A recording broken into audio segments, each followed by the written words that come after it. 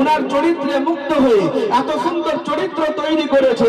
দেখ পৃথিবীতে শান্তির বার্তা পৌঁছে গেছে। এই জন্য তোদের হাতে ভারতের পতাকা আনার আগে, তোদের হাতে অন্য কোনো পতাকা আনার আগে, তোদের হাতে প্রজাতন্ত্র দিবসের পতাকা আনার আগে চল মোহাম্মদে আরাবির পতাকা হাতে উত্তোলন কর।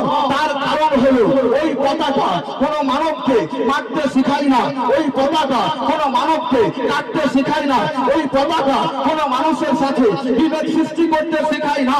দুনিয়া দেখবে মোহাম্মদকে গোলামों का शान का ये आलम है, तो 1400 बरस पहले आने वाले मुस्तफा का शान का आलम क्या होगा, दुनिया को दिखाना चाहता हूँ।